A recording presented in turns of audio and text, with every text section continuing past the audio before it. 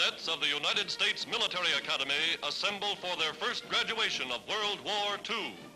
Solemn and impressive is the ceremony as the youngsters receive their commissions. Today, as second lieutenants, they are ordered immediately to their regiments. For the first time in all the 140-year tradition of West Point, cadets go directly into the Air Corps. More than half the class electing to try for their wings.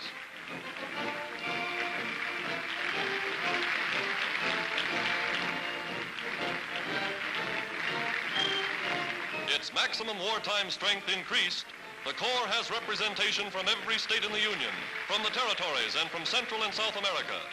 Gone is the light-hearted, carefree spirit of peacetime graduation. Addressing this final assembly of their cadet days, the United States Chief of Staff, General George Marshall, forecast the role American troops are destined to play abroad. We have our men all through the Pacific, in Burma, India, and in China. Recently, they struck at Tokyo. They have wintered in Greenland and in Iceland. They are landing in Ireland and in England, and they will land in France.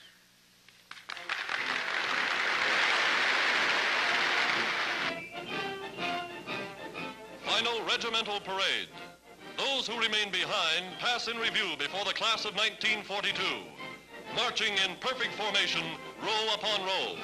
The cream of America's young manhood, dedicated to honor and protect those things for which America stands, freedom and democracy.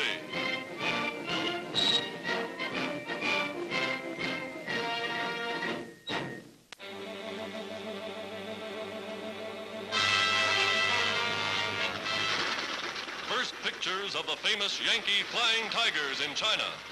For many months, their bullets held open the Burma Road, beating a deadly tattoo upon the planes of Japan's Air Force.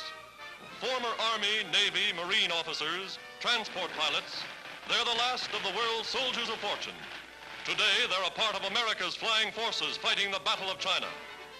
Volunteering before the United States entered the war, these amazing young men have astounded the world with their deeds of heroism and daring. Their leader, 50-year-old General Claire Chennault, for 5 years advisor to the Chinese Air Force. His knowledge of Japanese aerial tactics he passed along to his American volunteers. Taking off from airfields literally paved by hand, the Tigers score for their first 90 days of fighting 470 Jap planes for 15 of the volunteers. 50 grinning Tiger Shark planes, wired together with spare parts from 50 more, were all they had to start with. Fighting in teams of 2, they concentrate their firepower. One reason for their amazing success against seemingly impossible odds.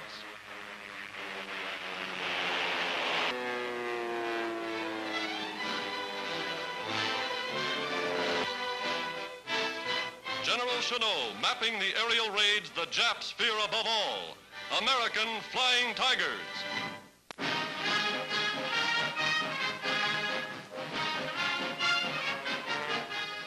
The United States cruiser Houston. Lost in the Battle of Java, her fighting spirit still lives in the hearts of her countrymen. The city of Houston, Texas, for which the gallant vessel was named, recruits 1,000 volunteers to replace the men who went down battling an overwhelmingly superior Japanese force. Today, this is the spirit that is typical of all America, a scene that is being reenacted in every town, every city, every hamlet.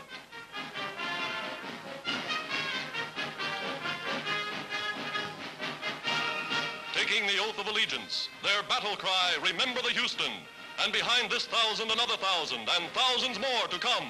Here is America's answer.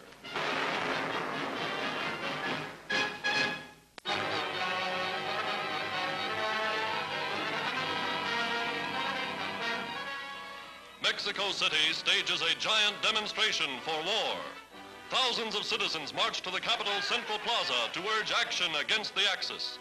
From his balcony, President Avila Camacho views this mighty demonstration of the will of the people. All parties unite as Mexico protests against Axis sinkings of unarmed Mexican ships. Flags of the United Nations wave in the square as survivors of the first torpedoed vessel salute their dead comrades.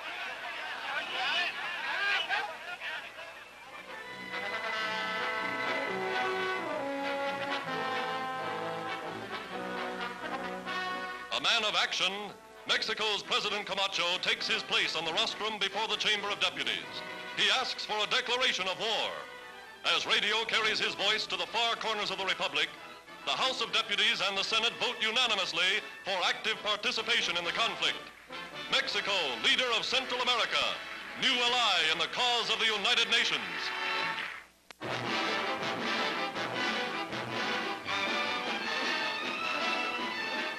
These are British tanks destined for the battlefront in Russia.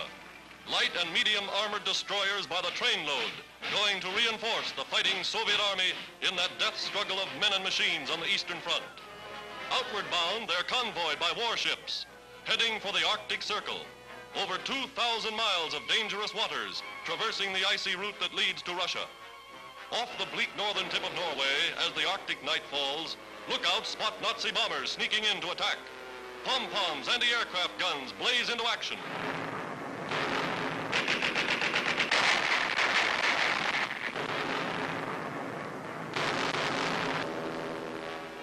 But the convoy goes through. Help for embattle Russia in a steady stream of iron ships and iron men.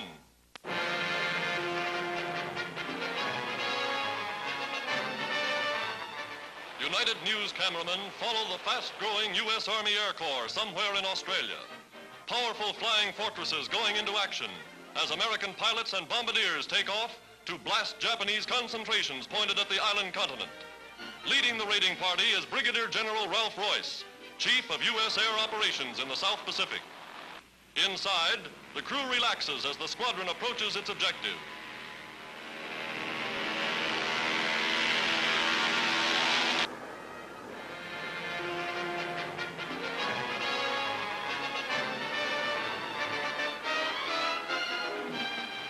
Aboard another bomber and also at the controls is General George H. Brett, commander of all United Nations Air Forces in the South Pacific.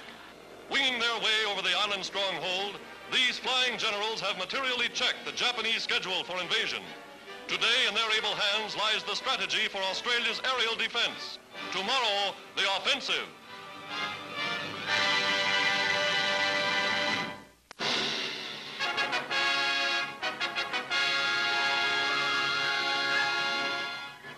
America honors her heroic dead, honors those who died in other conflicts. President Roosevelt taking the salute from his stand in front of the White House. Grim, determined fighting men, men prepared and equipped to win a modern war.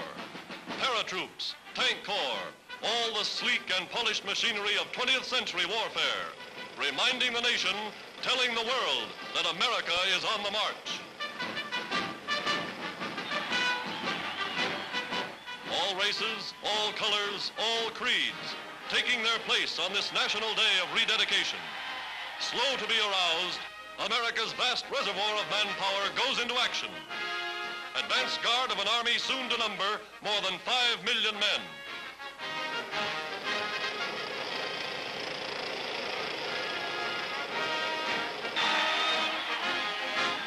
In all its 166 years of independence, the United States has never lost a war.